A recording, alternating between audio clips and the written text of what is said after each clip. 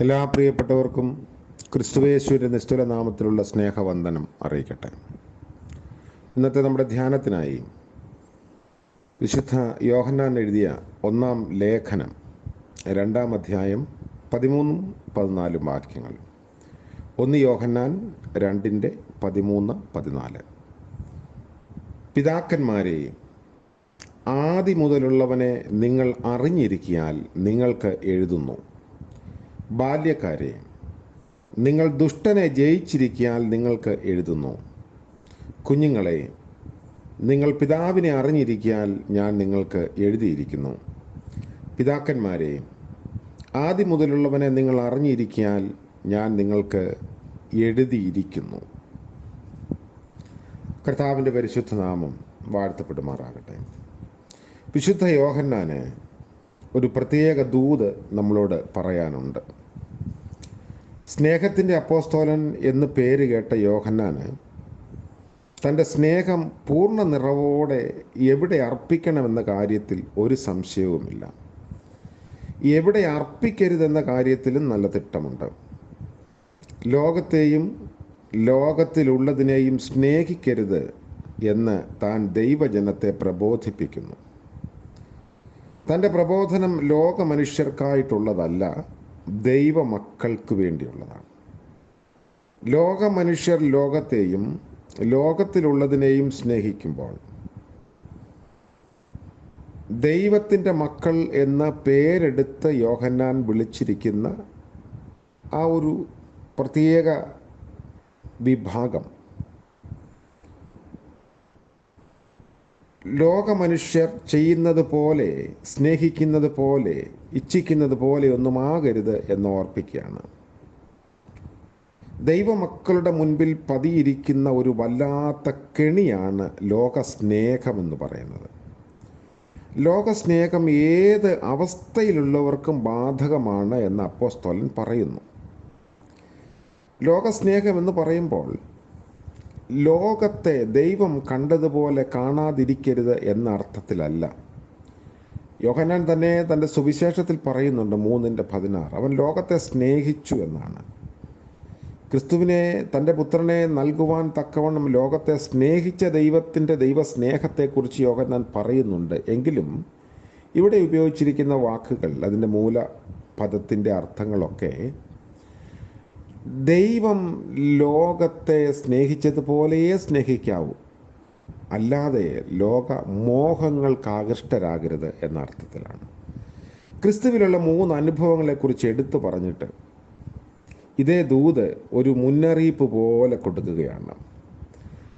ക്രിസ്തുവിൻ്റെ ശരീരമാകുന്ന സഭയിലുള്ളവരെല്ലാം ഒരേ തരത്തിലുള്ളവരല്ല.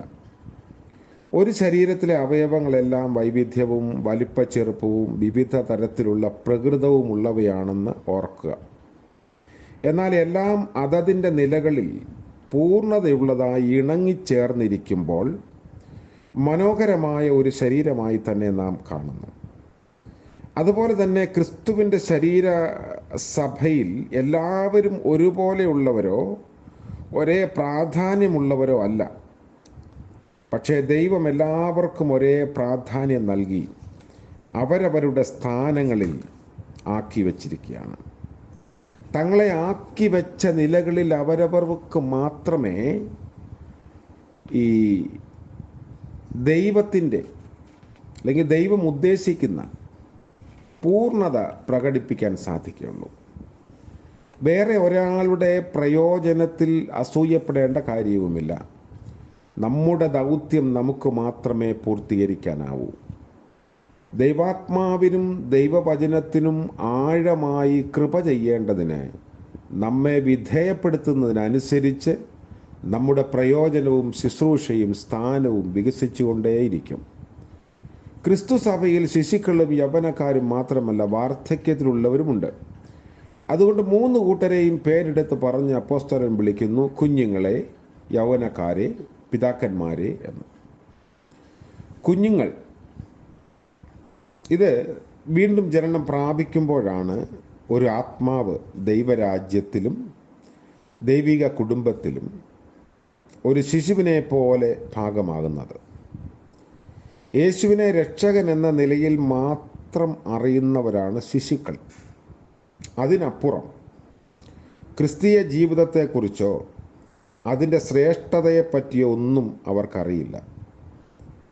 അവർ പിതാവിനെ ക്രിസ്തുവിലൂടെ അറിയുന്നു, അത്രമാത്രം.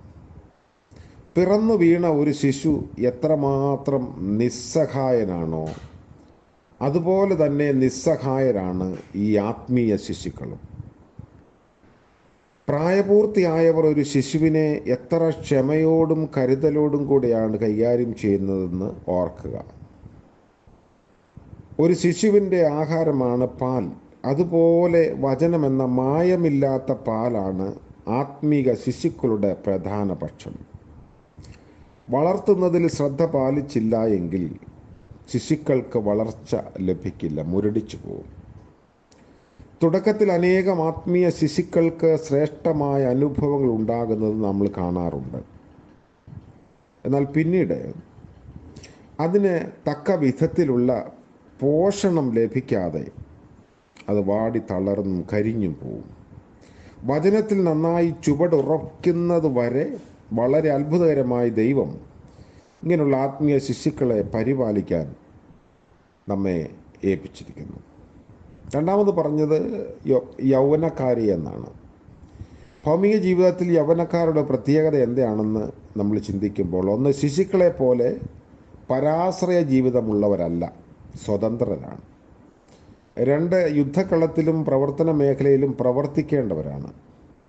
മൂന്ന്, പാൽ മാത്രം കുടിച്ചാൽ അവർക്ക് ആരോഗ്യം മതിയാകില്ല.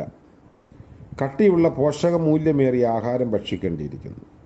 യോഹന്നാൻ അപ്പോസ്തലൻ യൗവനക്കാർക്ക് ദുഷ്ടനെ ജയിച്ചിരിക്കാലെന്നും ദൈവവചനം നിങ്ങളിൽ വസിച്ചിരിക്കാലെന്നും രണ്ട് വിശേഷണങ്ങൾ കൊടുത്തിരിക്കുന്നു.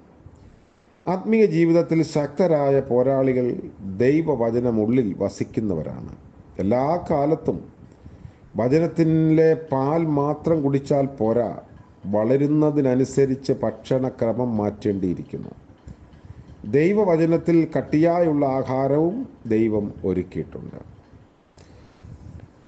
മൂന്നാമത് എടുത്തു പറയുന്നത് പിതാക്കന്മാരെ എന്നാണ്. ശൈശവവും യുവത്വവും കഴിഞ്ഞ് പാകത വന്ന വാർദ്ധക്യവും ക്രിസ്തീയ ജീവിതത്തിലെ ഒരു അനുഭവമാണ്. ദൈവശക്തി ബലഹീനതയിൽ തികഞ്ഞു വരുന്നു. ആദ്യം മുതലുള്ളവനെ അറിഞ്ഞിരിക്കുന്നവരാണ് പിതാക്കന്മാർ. ഒരു വലിയ അനുഭവ സമ്പത്തിൻ്റെ ഉടമകളാണവർ. അവർക്ക് എടുത്തു ചാടാൻ ധൃതിയില്ല. യുദ്ധക്കളത്തിൽ ജയിച്ച് പോരാടിയതിൻ്റെ ലഹരിയൊന്നും അവരുടെ തലയ്ക്ക് പിടിച്ചിട്ടുമില്ല. ഏതിനെയും പക്വതയോടെയും പരിജ്ഞാനത്തോടെയും വീക്ഷിക്കാനും വിലയിരുത്താനും അവർക്ക് പ്രാഗൽഭ്യമുണ്ട്. അവർ അകത്തെ മനുഷ്യൻ ശക്തിയോടെ ബലപ്പെട്ട അനുഭവമുള്ളവരാണ്. സ്നേഹത്തിൽ വേരൂന്നി അടിസ്ഥാനപ്പെട്ടവരാണ്. ക്രിസ്തുവിൻ്റെ സ്നേഹത്തെ അറിഞ്ഞ് ദൈവത്തിൻ്റെ നിറവിനോളം നിറയാൻ തീവ്രമായി വാഞ്ചിക്കുന്നവരാണ്. മറ്റുള്ളവരെ വളർത്താനും അഭ്യസിപ്പിക്കാനും അവർക്ക് അധികാരവും പ്രാപ്തിയും ശുശ്രൂഷയും ദൈവം നൽകിയിരിക്കുന്നു. അവർ മറ്റുള്ളവരെ പണിത് രൂപപ്പെടുത്തി എടുക്കേണ്ടവരും പ്രോത്സാഹിപ്പിക്കേണ്ടവരുമൊക്കെയാണ്.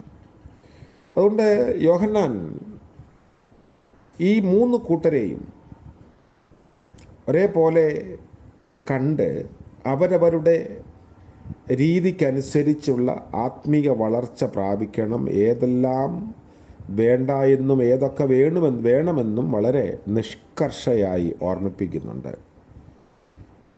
ഈ മൂന്ന് കൂട്ടരിൽ ആരായാലും ശരി, നമ്മിൽ ലോകസ്നേഹമെന്ന കെണി ഒരുപോലെ ബാധകമാണ്. ഇതിൽ വീഴാനുള്ള സാധ്യത ശിശുവിനും യുവാവിനും പിതാവിനും ഒരുപോലെയാണ്. തുടർന്ന് അദ്ദേഹം ഓർമ്മിപ്പിക്കുന്നുണ്ടല്ലോ, ജഡമോഹം, കൺമോഹം, ജീവനത്തിൻ്റെ പ്രതാപം, ഇവ മൂന്നും ഒരുപോലെ മൂന്ന് കൂട്ടരെയും വശീകരിക്കാൻ ശ്രമിക്കുന്ന ശക്തികളാണ്. ഈ മൂന്ന് പ്രലോഭനങ്ങളുമായി സാത്താൻ യേശുക്രിസ്തുവിനെയും ഒരിക്കൽ സമീപിച്ചു.